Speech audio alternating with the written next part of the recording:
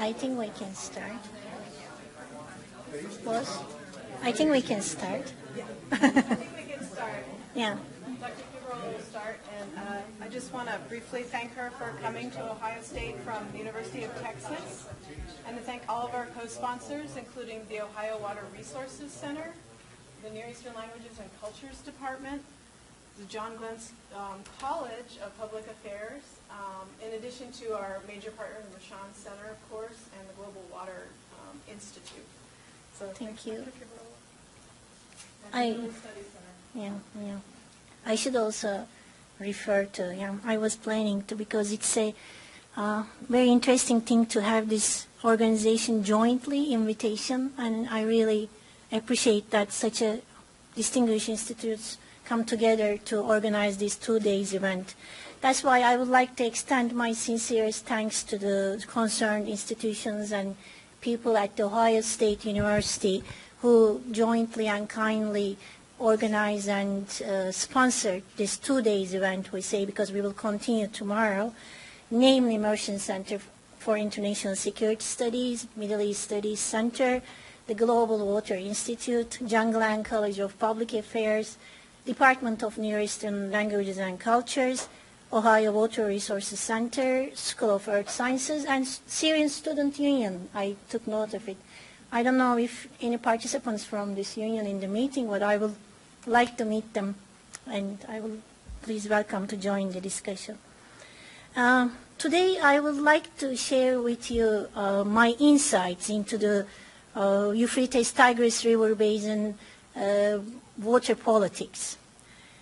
My knowledge and expertise in this area accumulated over years, and starting with my doctoral studies, and in-depth research ever since.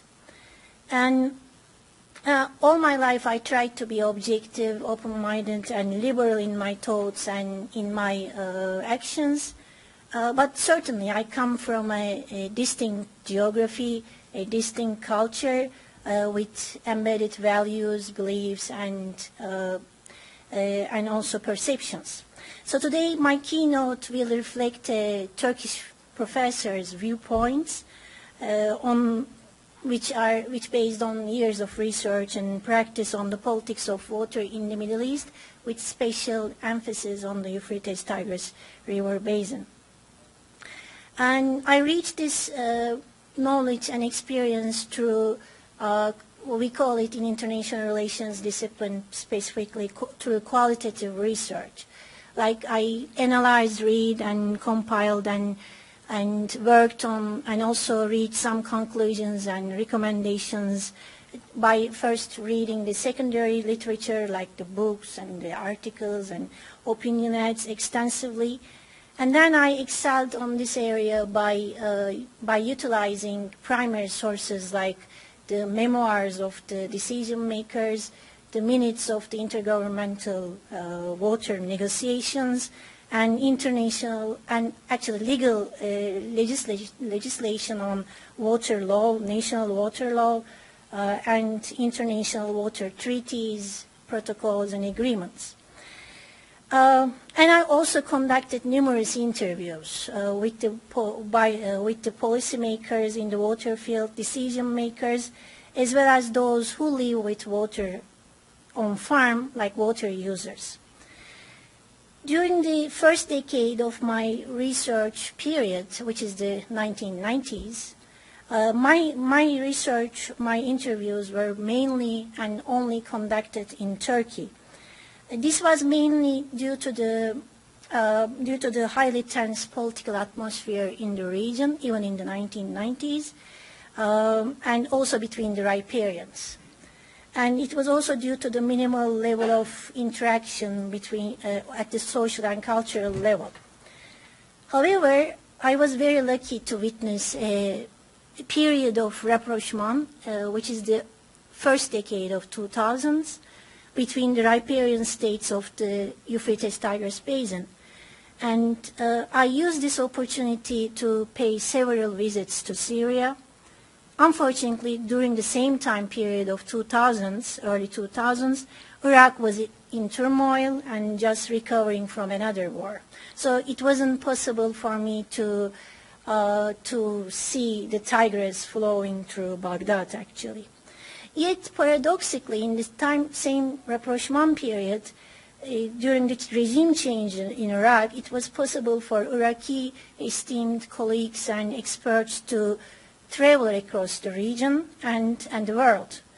So we seized this opportunity to create our epistemic community in 2005, which we call as Euphrates Tigris Initiative for Cooperation, which brought together Iraqi, Syrian, Turkish, and American scholars and experts. Our first meeting happened in Ohio, actually, at Kent State University, because we were welcomed by the Kent State University to discuss our vision, mission, and Iraqi experts found it easier to travel there, and one of our members were a professor at the Kent State University, a Turkish professor and a professional. So we started our meetings, and we conducted many meetings in Damascus, Aleppo, Istanbul, and in Gaziantep in the southeastern Turkey. And I can say that this was a great learning experience for me. In a days, it was the heydays of my career, meeting Iraqi and Syrian experts from the ground and getting first-hand knowledge and insights from them, which I was looking for a long time, really. Unfortunately, as you follow, this favorable atmosphere, political atmosphere, didn't last very long, and severely interrupted by Syrian civil war, the ongoing war. Since then, I didn't have any opportunity to visit Syria. It's been like 5 years now. However, life is interesting again. This time I had a chance to meet new Syrian experts who fled their countries due to civil war and came to Turkey. And I convened new international meetings with them on water issues, and we produced new work publications on water. And today and tomorrow, I am again participating in a momentous activity with the gracious support of the institutions at Ohio State. We are able to get together again as ETIC and to catch up, to revitalize and push our efforts forward for, as we call our main mission like regional development and water cooperation. So this was a brief history of my research journey. Now I would like to turn to present you the evolution of transponder water politics in the Euphrates Tigris Basin in modern times, let's say, because we don't go to deep history actually. So the flow of lecture flows also a historical sequence, like how did the transponder water dispute emerged. So I call it like this period rivers of competition, and how this competition escalated into confrontation. It was luckily a political confrontation, not a hot conflict. And the decade I mentioned a minute ago, like the decade of rapprochement from 2000 to 2011, and ongoing challenges and opportunities. I still have a faith in the region. I still see some prospects. And I start with a first section, this first subtitle, like Rivers of Common Geography. I put this symbol of infinity on purpose because I would like to express the boundlessness of common geography, common history, common culture, and common destiny, and hopefully common future in this region. So a brief geographical information just to accustom ourselves with the region, how this river actually operate in the geographical sense. Euphrates and Tigris rivers originate their journey in a particular zone, topographic and climatic zone, and they end up in a very different climatic and topographic region. What I mean is that they start in the mountains and to the east and north in Turkey and Iran. And when they flow through Syria and Iraq, they flow for extensive lands in lowlands through south and to west. And this geography actually produced certain climate, and also there is an interaction with the climate and the geography. And we actually see different climate zones, like the mountainous zones in Turkey receive snow in winter, and this snow melts in spring, and it forms the Euphrates and also some parts of Tigris, and it flows through, as we call, subtropical Mediterranean semi-arid climate. So the rainfall, agriculture is possible certain periods of, certain seasons of year. However, when they cross through Syria and Iraq, they come across a dry region, an arid region, and they receive less rainfall, no snowfall, and intensive irrigation is necessary because of that. So if we compare the upper Euphrates and Tigris and the Mesopotamian plain, which covers most of Iraq actually, if not all, there is a difference between the climate, there is a difference between the water need, and also a difference between what you can do about water management. And it defines actually the water policies in that region. And this shows the climate from semi-arid Mediterranean climate with wet winters and dry summers, then to arid climate where the summers are very dry, around 120 Fahrenheit during the day, and with very high evaporation. And this extensive dry climate in the most parts of the Euphrates-Tigris basin also causes the problem of high evaporation. And that high evaporation has a problem in causing the salinization of the land and water resources, but it also causes the water loss, especially in the giant reservoirs that these three countries, including Iran, have built since 1950s. There's a huge water loss from these reservoirs. And in these slides, I just wanted to highlight the significance of water for three major riparians. So this is the Euphrates, and it is essential for irrigation, hydropower, and also it has to be controlled due to the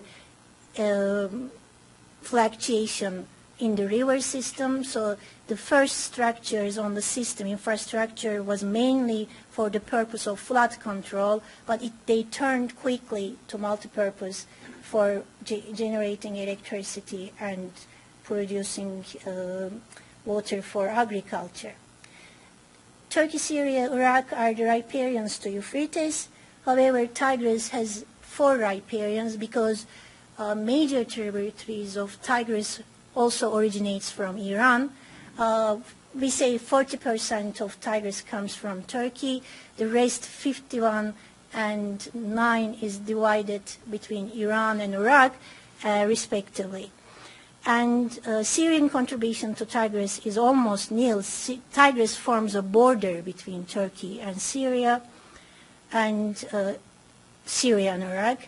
And but it is a boundary river between Turkey and Syria. So, of course, Syria needed the river for some purposes, but it was not vital as Euphrates for Syria. So the second section of the lecture is how these rivers actually turn out to be rivers of competition. It started with late 1960s, where the 2 major upstream and midstream riparians, namely Turkey and Syria, started their plans to develop the river system by building a series of dams on the river system. The competition over the river heated up. And as I said, it started with controlling the resource for preparing the river for floods and droughts so that the river system can work. But it turned out to be wider ambitions of producing hydropower and irrigation water from the resource. And they built many dams on the river system. Some dams are indicated here. There are more actually, the ones which are named starting from Turkey, if you can see it, Keban Dam, Karakaya, Atatürk, Birecik, and Karkamış. So Turkey built actually 22 large dams on the system, both Euphrates and Tigris, and Syria built 3 large dams since the late 60s, namely the largest one, Tapka Dam, and Tishrin and Al-Bad dams. Iraq has been building some medium-sized dams even in the Ottoman period, but she increased the construction of the dam during the Ba'ath regime, and she built large dams and construction structures like Tartar Canal, which linked Tigris to Euphrates around Baghdad, which tried to compensate the lacking water in Euphrates portion of the river by Tigris water. And of course, we will come to this. There are different pressures on two river system. Euphrates had more pressure because irrigation projects have been more designed in the Euphrates portion by Turkey, Syria, and Iraq. Tigris is more mountainous, and Tigris was not very much designed for consumptive use, for hydropower production mostly. So there was a need in the Euphrates Basin, especially in Iraq, to compensate the water with Tigris. So they built a giant structure called Tartar Depression in 1980s, again in Saddam period, to connect the water and to use for irrigation and other purposes. So those are some pictures just to enjoy ourselves, at least not only with words, but pictures, the giant dams I'm talking about. The first dam built in the 60s, finished in the 70s, Keban Dam in Turkey for energy purposes, and also the dams in Syria and Iraq. And this map could be useful from Food and Agricultural Organization because it shows the irrigation areas, both accomplished and planned. So it's not everywhere in this map is green. Don't you think that they're all irrigated? But these are the major irrigation areas. So you can see that southeastern Turkey, the so-called southeastern Anatolia project, the GAP project, intended to irrigate 1.7 millions of hectares in our metric system, and while Iraq has been irrigating 2 to 3 millions of hectares around Baghdad and Tigris River. And Syria, the map is not very well in drawing the Syrian irrigation, but Syria has been irrigating around Tapka Dam, intended to irrigate 600,000 hectares of land, which was the ambition plan, again, all introduced in the late 1960s where the competition started. In parallel with this water, I say competition because the resources were limited, and when the projects started, they didn't start with coordination, so it caused uncoordinated giant projects, competition and dispute rather than actually harmony in the region. And in parallel with this water controversy, there was also the overarching framework of the Cold War, which were dividing very drastically the riparians in the region, namely that the Syria and Iraq was acting with actually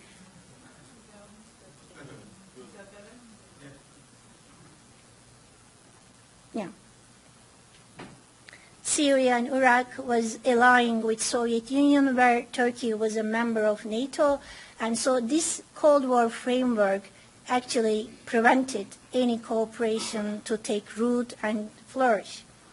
And during the after this period of competition, I had more slides here to explain the demand of water because there was this national objectives of developing the resource for socioeconomic development of the countries. For Iraq, Tigris and Euphrates is whole fresh water, actually. So without Tigris and Euphrates, Iraq has no water, surface water. And so for the Ba'athist regime in Iraq and also another Ba'athist regime in Syria, water development meant both ideological achievements in rural development and also guaranteeing the support for the regime, but also it meant development, agricultural development, which can turn into industrialization. And Turkey was keen on developing the resource in the southeastern region. Turkey has alternative resources, as you know, like it's not the only source, Euphrates and Tigris, but interestingly, Euphrates forms 1/3 of fresh water in Turkey. We have other rivers everywhere in Turkey, but Euphrates is very critical for freshwater supply, and the region forms, in terms of land, 20% of fertile land. And for development purposes in Turkey, it was not only social and economic development, but there was also a specific emphasis to remove regional imbalances in Turkey by introducing this project, the GAP, and also reaching a political stability in that region. So ambitions were great. Ba'athist regimes, it wasn't only water development, it was rural development to guarantee the base of the regime. And for Turkey, it was not only water development, it was about developing the region and making the region catch up with the other parts of Turkey. And as the competition started, this is not very much studied in literature, but the parties tried to reach each other as well. So water bureaucrats, technocrats actually, from the ministries of water, irrigation, central water agencies under the ministries, they tried to reach each other. Especially Iraqis were very anxious about what was planned and going on in Turkey and Syria, so they wanted negotiations. And the first set of negotiations started as the project started, the negotiations also started, which was a good sign that they were trying to deal with the differences by reaching each other through dialogue. However, those negotiations stayed like on ad hoc basis. They could never be institutionalized, and they couldn't reach a joint aim. So it was only for information exchange, but it was important for Iraq to get information about the operation of the dams and also the data on hydrology and meteorology from Turkey and Syria, because there was a change in the river system. Iraq was most downstream, so she had to know what was going on in order to make plans about its water management. Yeah, as I was expressing a minute ago, this technocratic dialogue on ad hoc basis could not survive very well under the overarching conditions of Cold War. It was always preventing the riparians to come close because they were in the different camps and they were at odds both globally and regionally. And we had two Ba'athist regimes, but they were at odds as well, Saddam and Assad's regimes. They were in regional rivalry. And that's why the first crisis in the Euphrates Basin, which is very much cited in water wars literature, occurred between two Ba'athist regimes in 1975. And this occurred due to the Iraqi complaint, and Iraq was very angry with Syria in the very specific date of 1975 because the river's flow was very much reduced due to the construction of two giant dams on the upper parts of the Euphrates, namely the Turkish dam, Keban Dam, and Tapka Dam in Syria. And those two dams finished very close to each other, the construction, and the filling of the dams occurred in that year of 75, and it was a very dry period as well. So all coincided, and it caused a drastic reduce in flow to Iraq, of course temporarily, but Iraq became very angry, and Saddam actually sent his troops to the border, and we remember that Damascus closed its airspace to Iraqi flights. So it was a real crisis which was mediated before it turned to hot conflict by Saudi Arabia mediation, but it was always referred in literature that water could be a reason of war, really. But we don't agree as we study water. It was actually the root reasons of the conflict were was the regional rivalry between two Ba'athist regimes, so it was just a pretext. Water was a pretext, and Saddam was actually putting pressure on the Syrian regime on all grounds, so water was just another reason to force Assad to certain policies. At the same period, and afterwards in the 70s, 1980s, though the Turkish-Iraqi relations was not good, as I say, they were in the different camps, and Turkey was not doing very well with Saddam regime, but Turkish-Iraqi relations were very good in economic terms. So this was a different relationship. It had implications for water as well, because they had always complementary economies. And it was possible to continue this relationship before the sanctions, but it was cut by the sanctions after the Gulf War. Yeah, I refer here to the major crises I described, the first one. Other crises occurred, and they appeared on international media as well. I call them diplomatic crises because they didn't luckily move from diplomacy to hot conflict, but they were serious crises. And the second one happened in 1990, a year of importance because it was the year which Atatürk Dam, the largest dam in Turkey, one of the largest dams in the world actually, completed and started to be filled. Filling the dam takes from 1 month to more, depending on the size of the dam, and it was going to be filled in winter when the year was wet, and it was tried to be explained by Turkish diplomats to their Arab counterparts, and a delegation went over Middle East to explain the technical reasons of filling the dam, and tried to convince Syria and Iraq that they will be compensated in the coming season, but they could not be convinced, and they sent harsh diplomatic notes, and they brought the issue to Arab League, to United Nations, and it was on the headlines that when I was just starting my water studies, that coming water wars to the Middle East, Turkey is controlling the water, the next war in the Middle East will be water. So that originated from Atatürk Dam crisis. And the similar crisis continued as Turkey continued to build the dams and fill the dams, the crisis happened again. And it was the 1990s, as I recall, and Cold War was over in the world, but it wasn't over in the region.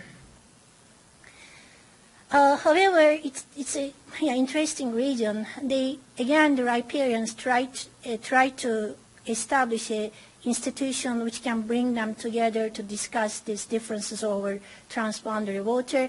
And this time they named it as Joint Technical Committee. And it actually started slowly its meetings in the 1980s.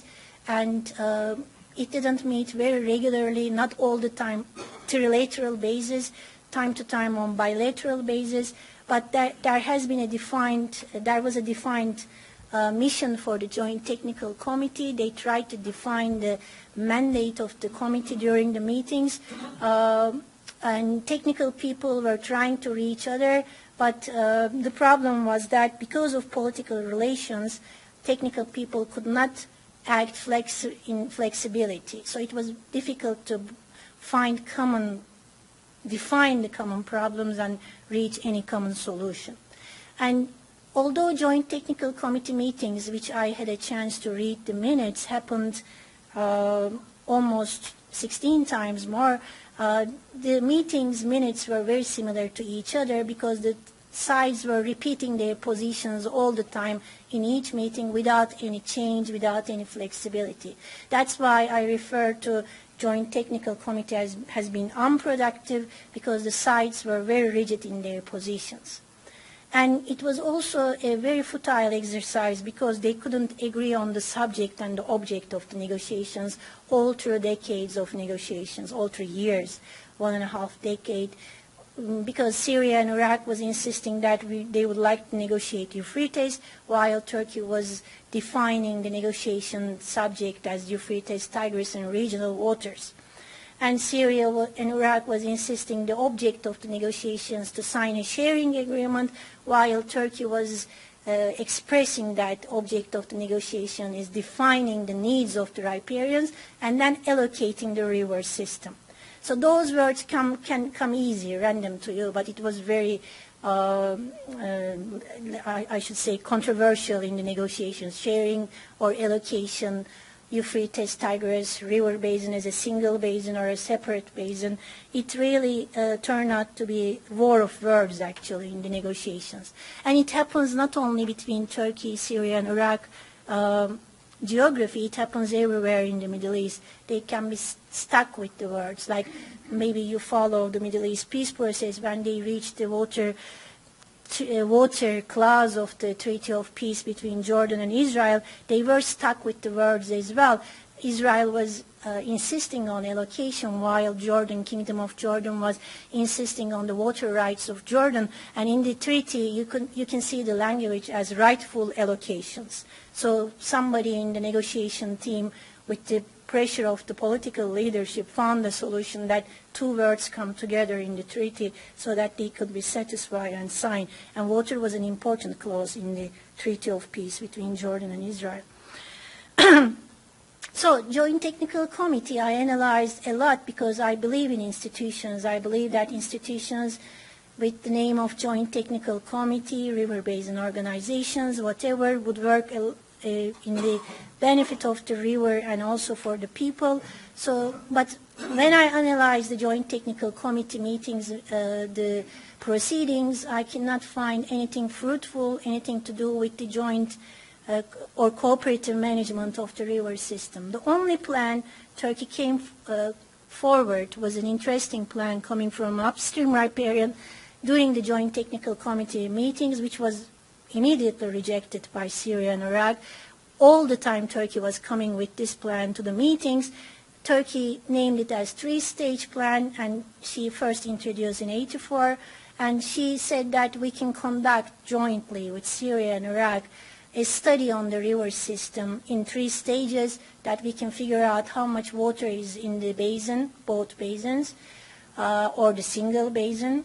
There's a discussion about Euphrates and Tigris basin being single or 2 separate basins, but most of the geographers agree that it's a single basin because they merge and shuttle up as a single river. They had been linked by Tartar Canal, and they originate very close to each other in Turkey. So most of the geographers, not all, agree that it could be regarded as a single basin that would be easier to manage the river system rather than separating it. Anyway, Syrian and Iraqis were not in this idea in the 1980s, and Turkey was insisting that first we had to have the inventories of existing resources in water and land, and then we have to evaluate and make the allocation. So not sharing, but allocation.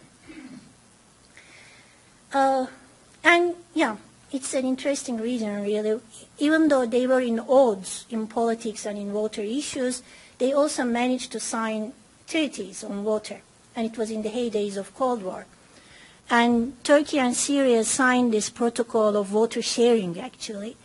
And this is still a protocol, but it is called interim protocol because there is a reference in the protocol saying that this is valid, this rule is valid until the final allocation agreement among Turkey, Syria, and Iraq is reached. And there was another clause saying that until the filling of the Atatürk Dam. Atatürk Dam has been filled long ago. First clause was already over, but the second one, the final allocation, could never be reached. So this is a still valid binding treaty for Turkey and Syria, and it puts the obligations on Turkey very, very extensively, and it doesn't define the responsibilities and obligations in a balanced fashion. So what does it say? It says that Turkey promises to release an average of 500 cubic meter per second at the Turkish-Syrian border, and in cases where this monthly flow cannot be met due to reasons of obviously droughts, for instance, and then Turkey promises that she will compensate in the following months. And 2 years after this protocol, another one was signed between Syria and Iraq, and it was politically at the high level, and this one was also, the Turkish-Syrian was signed by Prime Minister and the President Assad, so it was a high-level protocols, of course, treaties. And with this protocol, Syria agreed to give 58% of Euphrates flow to Iraq. So Saddam's pressure really worked, actually. But they decided to divide the river in percentages while Turkey promised cubic meters, which was very tricky, actually. So you may ask how come Turkey did. We can come to this later on. Because Turkish foreign policy was defending three-stage plan while this protocol was signed by the Prime Minister of Turkey. It happens, really. And so those protocols, again, or agreements, whatever you say, they are international law texts. So whatever you name it, it's binding and legally valid.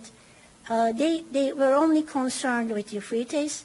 They were bilateral and concerned with water issues. So while I am looking at the protocol text, and they didn't look into the many other essential issues like quality management, drought management, and protection of the resource and so forth. And they didn't have any organizational structure to monitor the implementation of the protocols. They were not linked to the Joint Technical Committee. They were done at the political level, while Joint Technical Committee were meeting mostly at the technical and diplomatic level.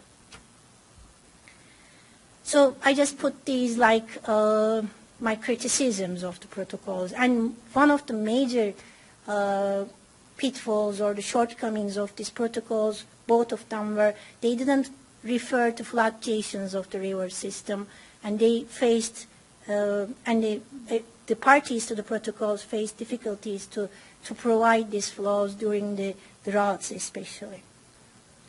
And then there's another phase that I mentioned. So things changed in the late 1990s first between Turkey and Syria, drastically changed. And this had implications in water cooperation. And how did it change? This is actually out of our discussion. We cannot go everything. Middle East politics is really full of intricacies. But it changed like there was a turning point. The escalation, the crisis between Turkey and Syria, which was on non-riparian, non-water issues, which was on border security, terrorism, and so forth, escalated very high in the summer of 1998, where Turkey threatened, through its president, prime minister, general staff, that if Syria continues to support the PKK terrorist organization, which Turkey believes, Turkey would use force. And it was very obvious, the threat. And Syria took the threat, and Syria decided, through the mediation of Egypt and Saudi Arabia, again, there was a shuttle diplomacy between Turkey and Syria in summer months of 1998, so nobody wanted a war in the region, and Syria agreed that she can sign a security agreement with Turkey. And this is a very comprehensive security agreement, 1998, which covers Turkish concerns. And Turkey was satisfied with the agreement, so the relations between Turkey and Syria drastically changed from north to south. And Syria expelled the leader of terrorist organization, and Syria also agreed that the implementation of the agreement will be monitored by Turks and Syrians. So Turkey was satisfied.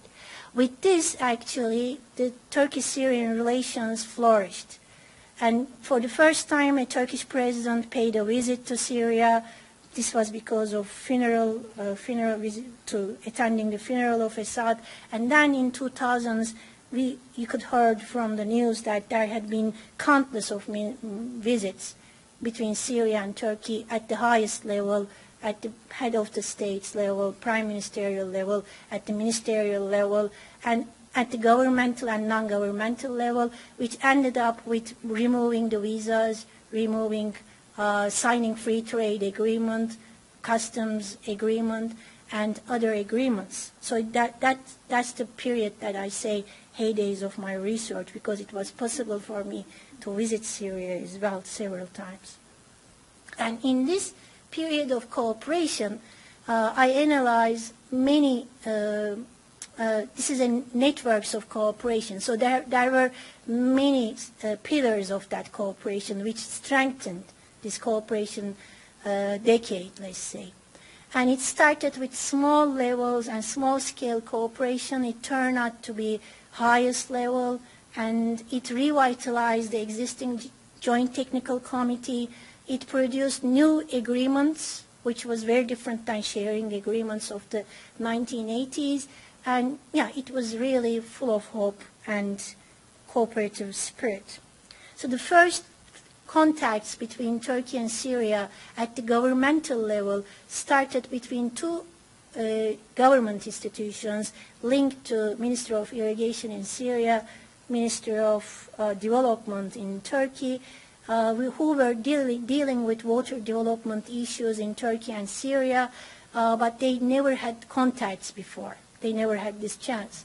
And the so-called and very controversial project of GAP, the GAP project in the eyes of Syrians especially, this administration was responsible from this project, and also the Syrian administration was responsible from land development, so they had a chance to meet, discuss, and sign protocols on water and land resources development. So this was a great change. Two organizations responsible from coordination of development activities in the Euphrates Basin had a chance to meet and discuss their mutual issues of concern, like what is happening to their land resources, salinization, and so forth, many problems. And they also had a chance to visit each other's project sites, and they had a chance to actually discuss the negative and positive impacts of years of water development. These two institutions actually opened the way, and their protocols, two protocols they signed, and it was very difficult to implement these protocols. It was beginning, and at the beginning, of course, it was very difficult to reach an institutional harmony because they were coming from very different cultural backgrounds, different cultural backgrounds in the institutions. So it was difficult to push the protocols on ground, but they continued their relationship, at least at the informal level. So it was, I worked for this agency for some years, GAP's Regional Development Administration. It was really interesting to see that Syrians were calling GAP and asking about some advice, and GAP administration was calling the Syrian Minister of Irrigation, inviting them for another visit. So it was mostly contacts, not projects implementation, but that was a great change from the earlier periods. And it paved the way for higher level of contacts. And we are going to talk about it more extensively tomorrow, but it also opened the opportunity to establish such a non-governmental entity in the region. The decade of rapprochement, we were able to get together with our Syrian, Iraqi professionals and academics from the field, and we established this, we call it Track 2, or epistemic community, which tries to produce policy-relevant knowledge in the field of water development, regional development, and water cooperation.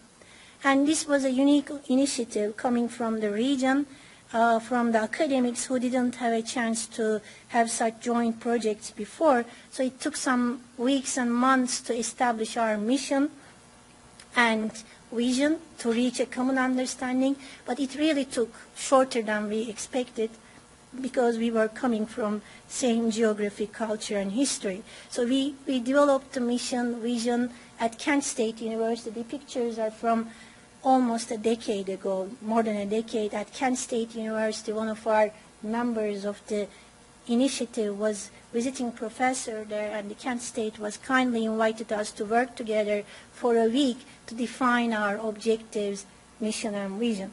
And that was the beginning, and we continued with, you may ask, how did it survive?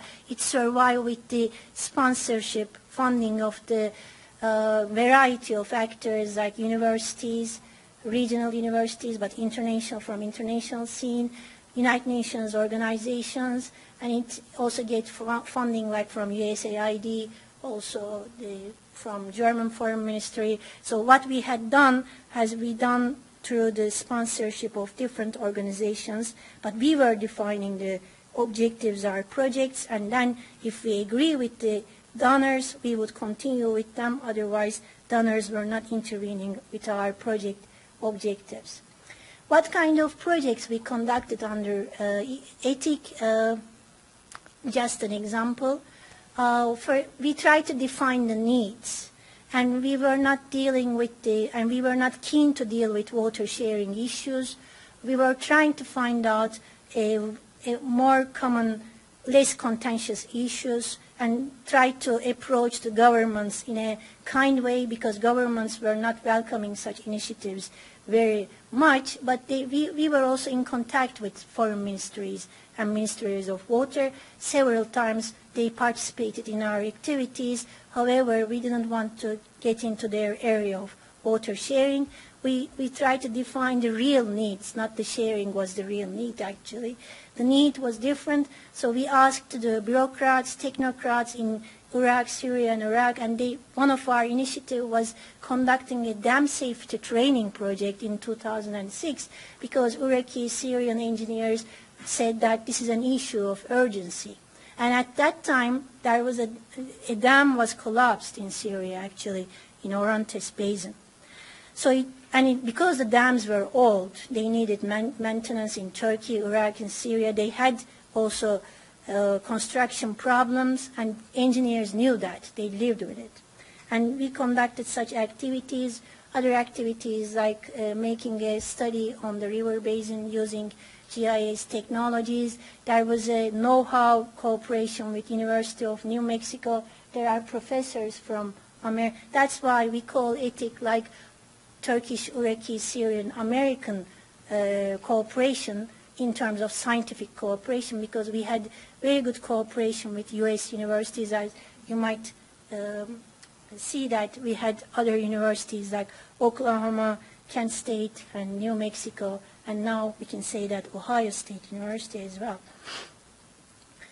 And along with ETIC and other activities, a major breakthrough was reached in the region in the 2008 and 9, that Turkey and her neighbors, like Turkey, Syria, Turkey, Iraq, Turkey, Jordan, Turkey, Lebanon, Turkey was taking the lead actually. They established high-level strategic cooperation councils at the presidential level, prime ministerial level, and they had meetings, several meetings in Turkey, Iraq, Syria, Lebanon, and Jordan among their ministries to establish a regional economic zone. The idea and aspiration was to establish something like European Union, starting from the functional issues like energy, trade, transport, health, cooperation, education, culture, including water, and including security, which means especially border security. These high-level cooperation councils paved the way for ministers of water irrigation in Turkey, Syria, and Iraq to set their network. So what I mean by ministerial network, those are the three ministers. None of them are inactive anymore. No, none of. Turkish minister is still water minister. He has been in the cabinet since the AKP government, and he's been water minister almost 7-8 years now. So Turkish minister, Syrian and Iraqi minister, they were meeting, and they were meeting on not very formal basis all the time. So they were calling each other if they had a problem. And remember that those were the years, the second half of the first decade of 2000, severe drought started in Syria and Iraq, and also in Turkey partially. And so Iraqi and Syrian ministers were calling Turkey, the minister. They were asking for a meeting to respond to their challenges. And Turkey was responding very favorably, because there was a signal from the presidential level to do for anything for cooperation. And they were agreeing on, for instance, giving more water from Euphrates. From time to time, Turkey gave more water than that so-called 500 cubic meter per second to ease the problems in Iraq and Syria during the severe drought of 2006-2009. And joint technical committee meetings revitalized at the governmental level, not only at ETIC level. They also imitated our initiative, and they also organized trainings among the ministerial bureaucracy. So it was going very well, actually, and the issues were very functional and useful to address the problems. There was the problem of irrigation, large-scale irrigation produced lots of problems, especially inefficient irrigation in all countries. So they talked about how to modernize them. There was the problem of dam safety and, of course, the problem of climate change. So the trainings were conducted in Istanbul, because Istanbul, they established Turkish Water Institute, and it was hosting those trainings. Still, actually, to date, Turkey, Iraq is coming together for these trainings. Another production of this cooperation period was, in my opinion, very important. They signed water protocols. So high-level strategic cooperation councils were not satisfying the presidents. They wanted concrete action, and they wanted their ministers to sign agreements to start action. And Turkey, Syria signed like 50 agreements. Turkey, Iraq signed 48 memorandum of understandings, and one of them was on water with Iraq, and with Syria, actually 4 of them were on water, and they were unbelievable. If you study water between Turkey and Syria, you wouldn't imagine that they would agree on a dam on Orontes. And Orontes is a river originating from Lebanon, flows through Syria and Turkey. Turkey is downstream there. And Turkey always asked for cooperation as a downstream riparian, and she desperately needed for a dam because Orontes was causing either floods or droughts, and it wasn't possible to build dam, topographical reasons, in Turkish portion of the river. So she always asked during the Joint Technical Committee meetings to build a dam on the border. But building a dam on border, even talking about Orontes or Asi River, was impossible with Syria all through the 1970s, 80s, 90s, because Syria did not recognize this border since 1930s. And reaching such a treaty on building such a dam was, as I say, wouldn't believe for an expert studying on water and politics.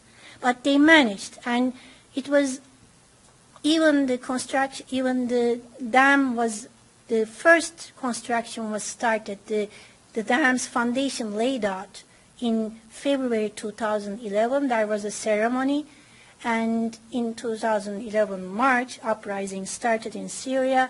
For some months, Turkey stated that she will continue the construction with the private sector initiative, and Syria agrees so, the regime, because the first year Syria and Turkey was talking in the first year of civil war or the uprising, but then in 2012 everything went upside down, and of course the construction stopped, and this area is almost a war zone now.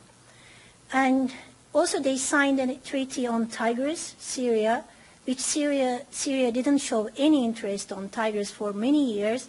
This time Syria was very much interested in Tigris, and she wanted the approval of Turkey and Iraq to withdraw water from the border.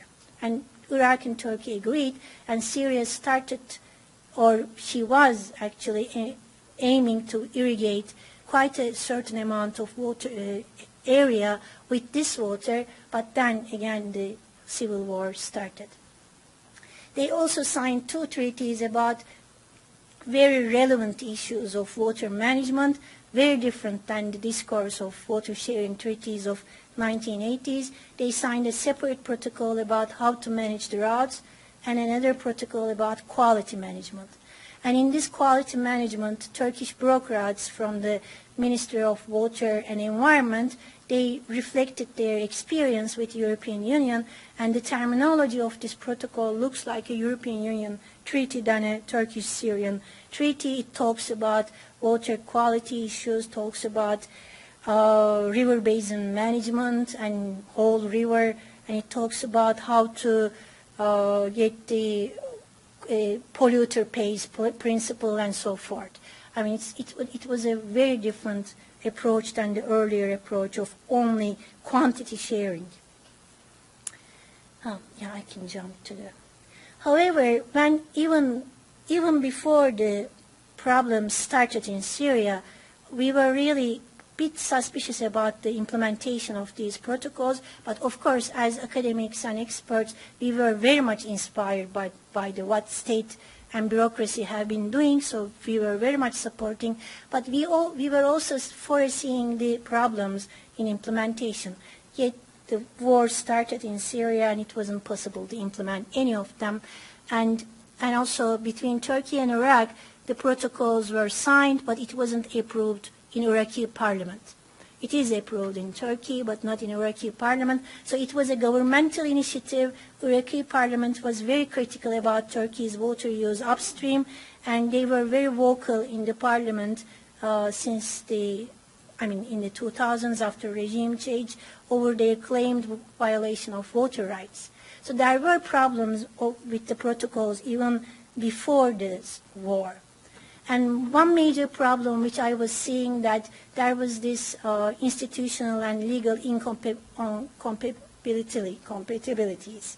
I mean, the institutions in Syria, Iraq, and Turkey, which I had a chance to analyze in 2000s, I was seeing that it wasn't easy to implement international treaties with very different approaches of institutions and also legal approach. So it would take really a time to harmonize legal and institutional structures, but it wouldn't be impossible. It happened in Europe as well. They reached a common water policy after years of discussion. They are still struggling to harmonize the policy at the supranational level. So we would face the same difficulties, but it could be overcome if the peace was in the region.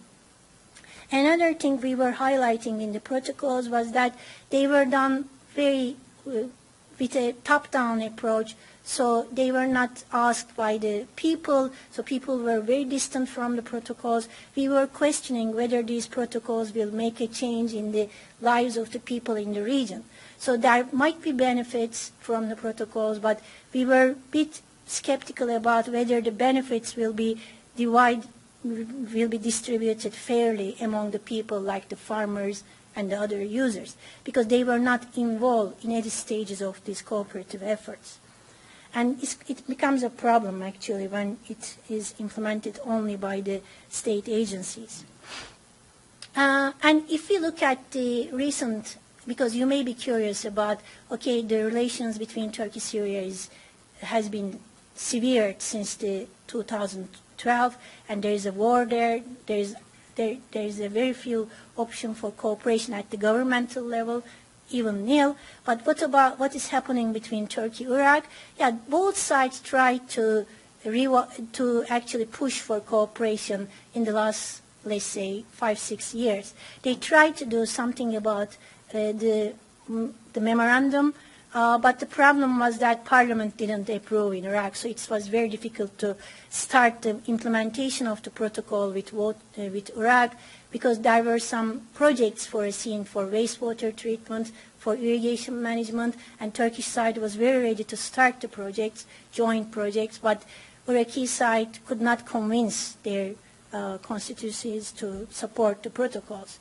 And there was a resolution by the Iraqi parliament saying that, and it was a very harsh resolution, Turkey and Iraq signed an economic agreement, which was an important agreement, but Parliament said that it can only be valid if Turkey gives the water rights to Iraq. So they put a condition on water rights even in the economic cooperation agreement, so it wasn't possible to implement the protocol.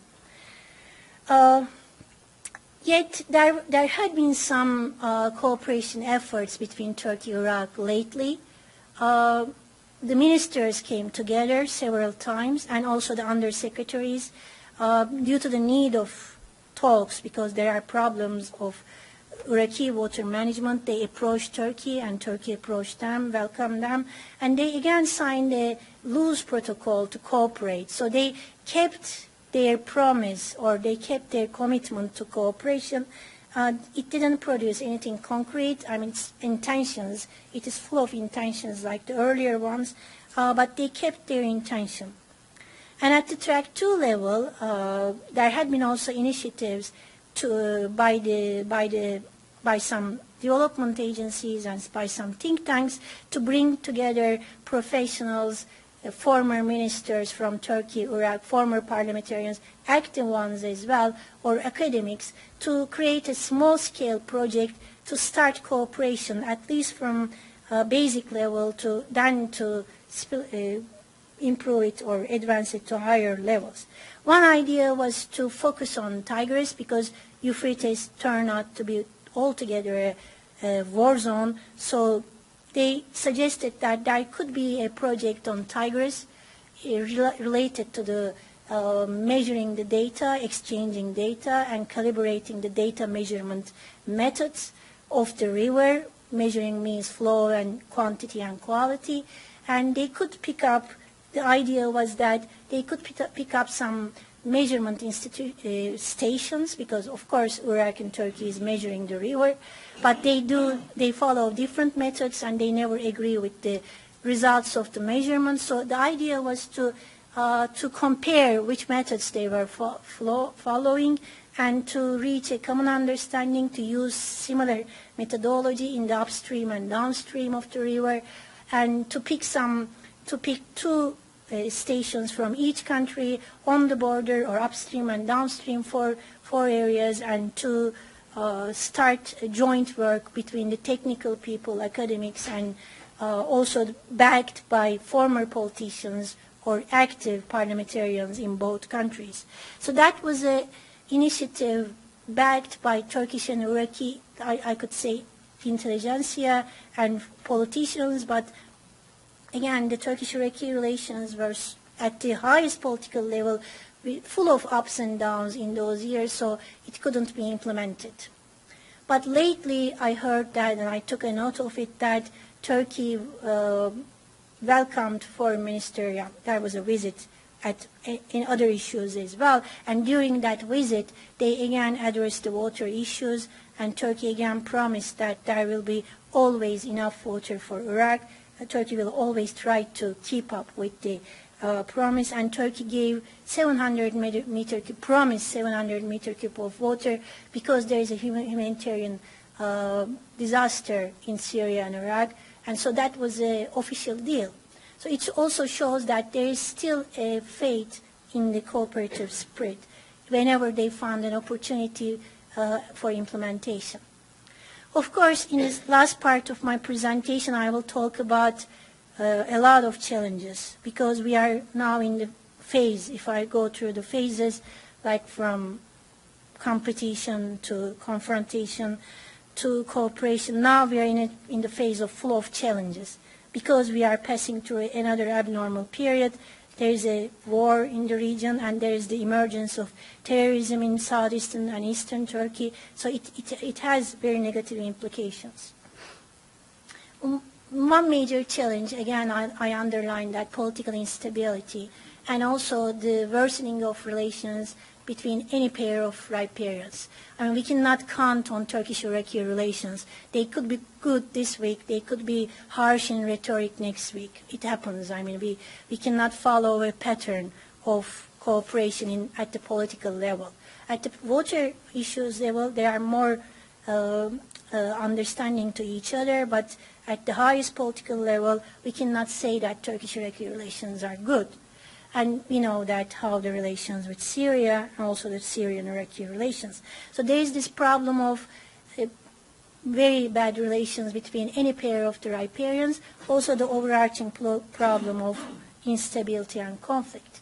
And there is another problem which is not lived anywhere in the world, that emergence of non-state violent actors and their tactic and strategy to seize and control the water bodies and their corresponding infrastructure. So this is a phenomenon which is not lived even in the Middle East, and this is a very, very challenging phenomenon, and it's very difficult to handle by the governments. And this is a thing that we are always talking every day, what would happen and so forth. And it's a serious threat because Islamic State started to use water resources and their infrastructure, namely the dams, in Iraq and Syria as a leverage. And they use it as a pressure tactic, and also actively by cutting the water, closing the dams, opening the dams, flooding the areas, occupying the dams, and controlling the electricity generation, agricultural development, and water supply to cities like huge areas like Aleppo is controlled by their wish, actually. So Islamic State, even though is losing ground nowadays in some parts of Iraq and Syria, they still control large parts of territory, swaths of territory in the western banks of Euphrates. And they control from Raqqa to Jarablus, and they are controlling the centerpiece of Syrian water structure, Tapka Dam, because their stronghold is Raqqa, and Tapka Dam, the Syrian largest dam, which provides electricity, irrigation water, and domestic water, is just 20-30 miles to Raqqa, and it's in their hands. They controlled Mosul Dam, luckily just few weeks, but they still control Mosul area. The dam has been recaptured, but still the dam has problems because it couldn't be maintained. And it's a huge problem, as you read in the press, that we are going to discuss tomorrow. They controlled other dams in Syria, Tishrin Dam. It is recaptured, luckily, by the forces, rebel and coalition forces. And they controlled major dams in Iraq, which is providing water. They flooded, they cut water to Iraqi marshlands, the famous marshlands which people started to return back to live there, which were they ran away there because of Saddam regime. They came back after the regime change in Iraq, but after ISIS controlled the Ramadi Dam, they threatened the people living in marshlands. They had to flee again because they opened the gates, they closed the gates, they attacked the structure. So it's a huge threat, really. It is losing ground, but still they control swaths of territory. Another issue is, of course, climate change. So it's like a big problem because it's the cause of droughts. Droughts is a common factor in this region, but the frequency, magnitude of droughts are increasing. One which is witnessed in 2000, and it was a prolonged drought, and it is thought to be a precipitating factor for Syrian revolt, actually. Of course, only one factor, but it was one of the factors because this extreme dryness in Syria from at least 2006 to 2011, combined with other factors of misguided policies of agriculture and water by the Syrian government, caused crop failures in the second half of 2000, first decade of 2000, and it led to huge migration in Syria in 2007, 8, and 9, and 10. It's in numbers of millions. People immigrated from rural to urban areas because they become jobless. It was not only because of drought, it was mainly due to the policies of the government removing the subsidies and liberalization efforts of the Bashar regime. So they actually changed the policies suddenly, which was in existence since the beginning of Ba'athist regimes, subsidizing the farmers.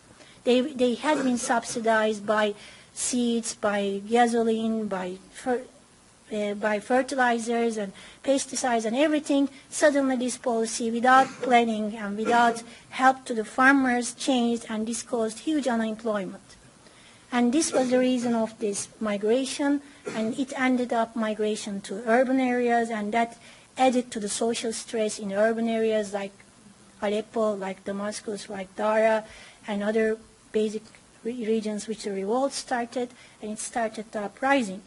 So we can find some linkages to what's happening in climate and the droughts. Of course, we can also discuss that droughts have been here for decades, if not centuries, but there are also good studies showing that the snow melt in the highlands of Turkey is changing in a very negative way. So we have less snow and earlier snow melt, so there will be less water in the Turkish headwater districts. There are good proofs both in the international level and also at the local level, which shows from the satellites, but also there are truths on the ground that there will be less water in Turkey as a source.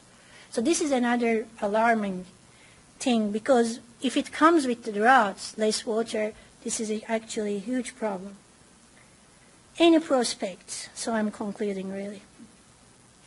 Any prospects? Yeah, I still argue that sustainable development is the only way in the region. But of course, sustainable development itself has its challenges in this region. Because normally we define sustainable development to reach a balance between economy, society, and environment. But in this region, it means that we need a good governance to reach this balance. And this doesn't exist neither in terms of peace and stability, but during the peacetime, there wasn't good governance in terms of delivering transparency, accountability, or benefits to the region. So this is a great challenge in the region. So I look at the sustainability goals at the global level, the recent goals agreed.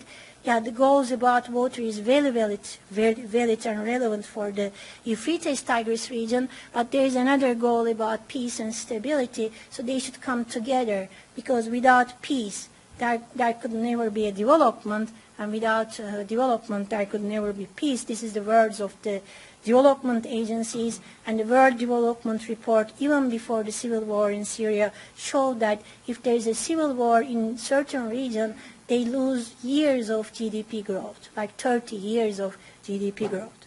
So the major issue is to stabilize and bring peace to the region. I will come to the very end by saying that we have a significant conflict in the region, which is actually preventing many efforts for cooperation, but we had to live with this conflict. So the conclusion that we come as a regional people coming from the region is that this conflict will continue. So we are not expecting Syrian civil war to finish soon, not very soon, not in the medium term maybe. So we have to design projects or design initiatives which could be influential even during the conflict. So there are groups in the world, research groups, who are trying to help Syrian people, not only research groups, but of course major humanitarian agencies, namely the UN Humanitarian Coordination Office and also the International Committee of the Red Cross, to name few.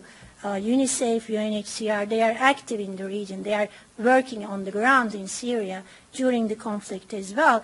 But there are also people who are keen on water issues, who try to help people in Syria even during the conflict. So this is a report which I would like to share as a conclusion in my speech, that we observed one good thing in Syrian civil war, which is very significant. We observed the emergence of Syrian civil society. That was not very flourishing, definitely during the Baas regime. In the second half of the Bashar's regime, he gave way to some civil society organizations, but then he became again suspicious and again pressed them.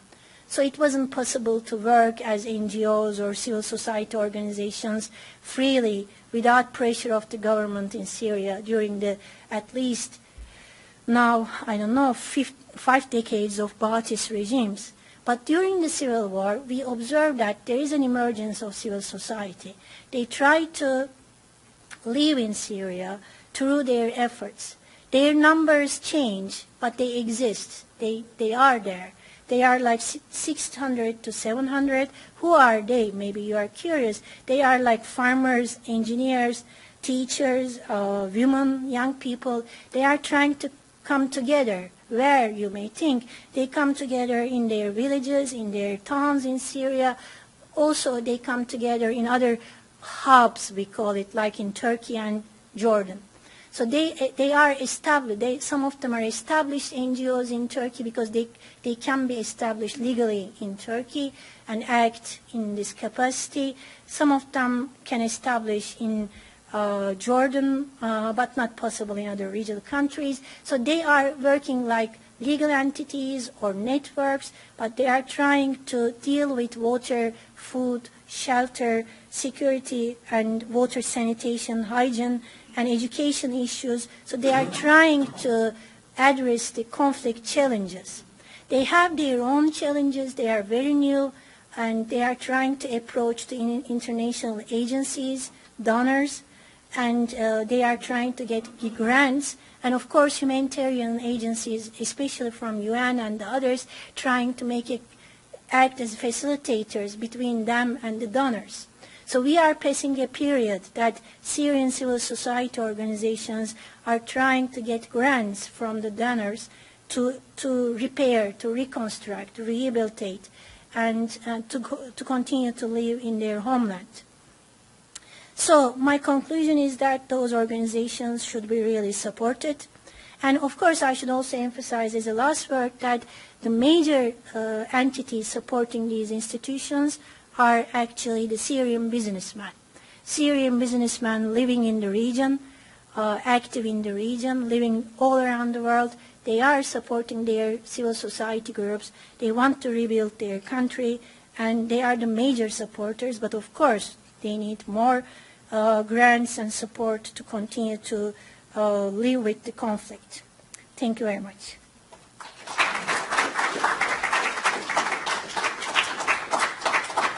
And this is a report prepared by actually graduate students in the Graduate Institute in Geneva. They visited Gaziantep, and they had a project by their school, and they had a chance to interview some of these institutions, and they come up with a report as an advice to their civic development agency. So it's an interesting report. You can find it, I think, in the Graduate Institute of Geneva website. It's very new, and it's very to the ground. Thank you very much for that valuable information and sharing your knowledge with us. And there are probably questions in the audience, but it is nearing 8 o'clock, so I thought, I couldn't wait. 15 minutes for questions. Is it? Thank you very much. Excellent presentation. I'm very much interested to learn that Turkey, Iraq, and Syria, in the quest for economic development and everything, so they built dams. If the Mosul Dam is, we can look at that. So apparently, the ecological and environmental consequences are the future challenges that, like now, we know that this dam is crumbling in some ways, and it may do that. So to what extent they paid attention to the long-term consequences of these dams to be built? It's not only the environmental consequences. Yeah, social. And yeah, it is let's take the waterborne disease, for example. The evaporation and the humidity which goes up in the area. And not talking about the people that could, I'll give you one of the examples. In 1950s, American companies were building dams in other countries, in Pakistan and Afghanistan. In one of the dams that they built, they did not pay attention to the drainage and the salinization problems at the beginning. That comes. So you gave the answer to your question, actually. Yes. So that's what I'm thinking that the same kind of mistakes were repeated in the 3 dams of Syria and Iraq. It's repeated, definitely, because we call it, in theory, there is a word, I think, created probably by, definitely through discussions in the London School of Oriental and African Studies by Tony Allen. He calls it hydraulic mission, the dam building era in the world, which is a period that we can define. It is from early 20th century to date, let's say, because still some countries are building dams like China, like Turkey, like Brazil, and so forth. And this hydraulic mission, he calls it hydraulic mission because it first implemented in the industrialized world, namely US, and in Europe, like in Southern Europe, like Spain, France, they built like hundreds of dams, large dams we're talking about. And then it is actually transferred to their allies or colonies. Because Britain built and also in India and also in Egypt. because these were the crown colonies and they needed water and for cotton production and so forth.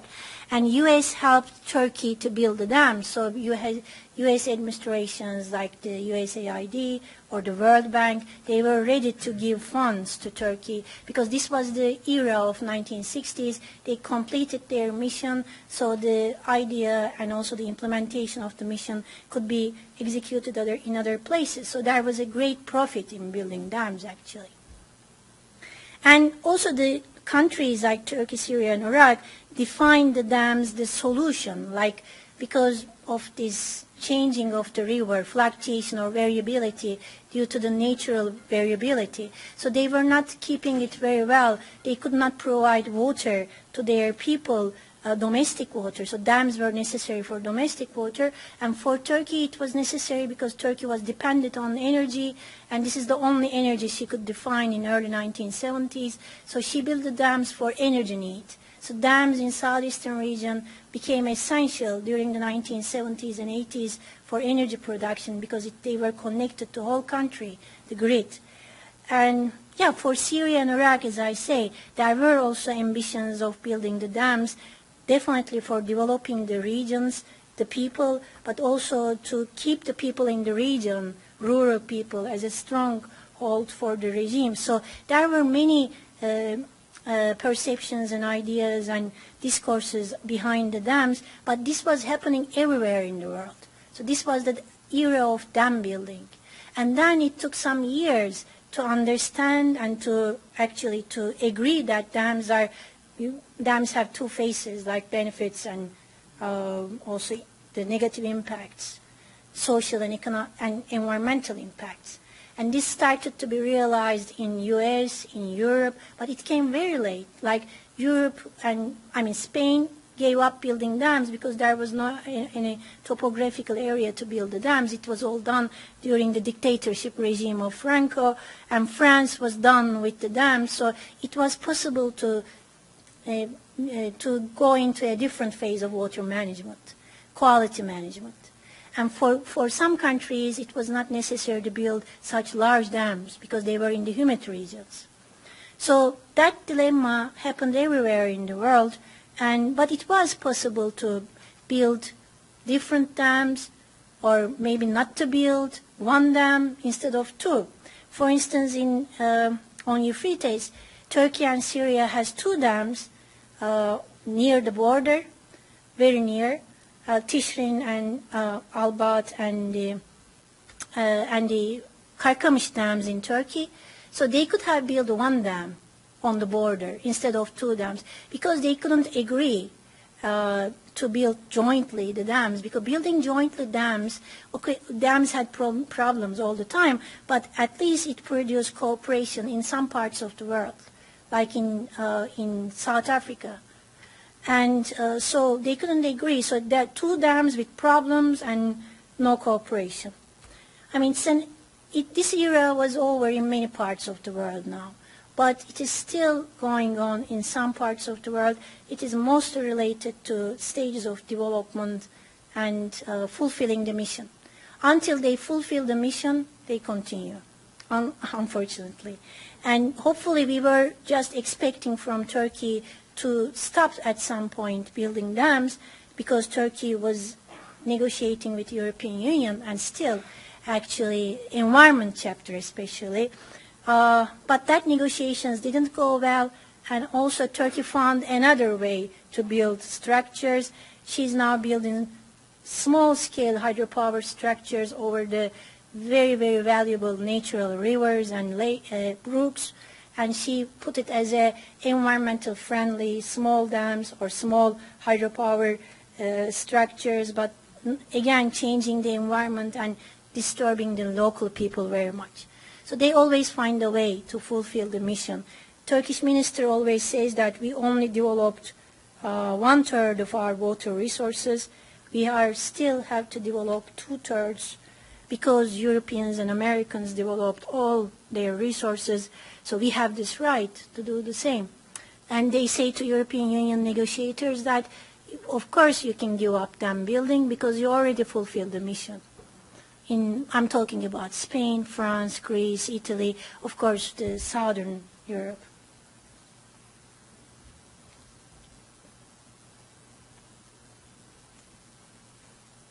Okay, we'll take one from the back. You talked about surface water. I'm a little curious about groundwater. To what extent of the total water budget in the region comes from groundwater? And is the groundwater reservoir transnational, or does each nation basically have its own reservoir? Yeah. One straight answer is that groundwater is unfortunately not systematically studied in literature. There are some recent studies which find some empirical facts about groundwater through using satellites like GRACE mission, which is very useful. But even the GRACE mission professionals think that their findings should be checked with ground truth. And this could not be done because there is a conflicting information, contradictory information about groundwater. Groundwater is there definitely because we see lots of wells in Syria, in Turkey, in Iraq. Well drilling, groundwater contamination, and groundwater drafting over extraction had been an issue in Syria for a long time. But we don't know how much damage has been given and how it is related to surface water. But as you ask, I know that there has been some studies. Luckily, we have also a transboundary groundwater with Syria, between Syria and Turkey, which is very valuable as well, which is very much overused and probably very much contaminated. It is called Rasiline, and it's a very, very valuable groundwater resource, which is not discussed during the negotiations, because during hydraulic mission, if you had surface water, you concentrate on surface water. The governments and the engineers, they worked on surface water, but people were using water, groundwater, definitely, and not under legal control. In Turkey, I should also say that we have a good groundwater law since 1960s, and it works fine, but still there are problems of enforcement. And in some regions it enforced better, in some regions groundwater is very much damaged because of illegal connections. I think we have time for one more. You mentioned that moving forward to sustainable development is the way of nuclear distribution. What kind of initiatives have been taken so far, especially like irrigation? How we move towards district irrigation? And then like the energy power plant. Yeah. Thank you. In terms of efficiency, as you ask, yeah, sustainable development is very much about water efficiency. There had been good rhetoric during the signing of these protocols in the first decade of 2000s. They promised in the protocols that they are going to drastically change irrigation methods, because so far there had been talks about changing it, but on ground we cannot see much.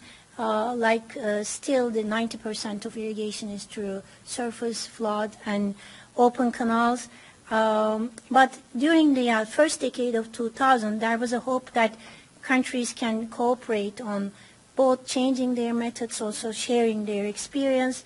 In Turkey, there are some improvements, like Turkey changed to closed pipe systems, at least in the GAP region, because built the dams, fancy dams, but they didn't build the right canals. So they are now changing in Turkey, the ministry.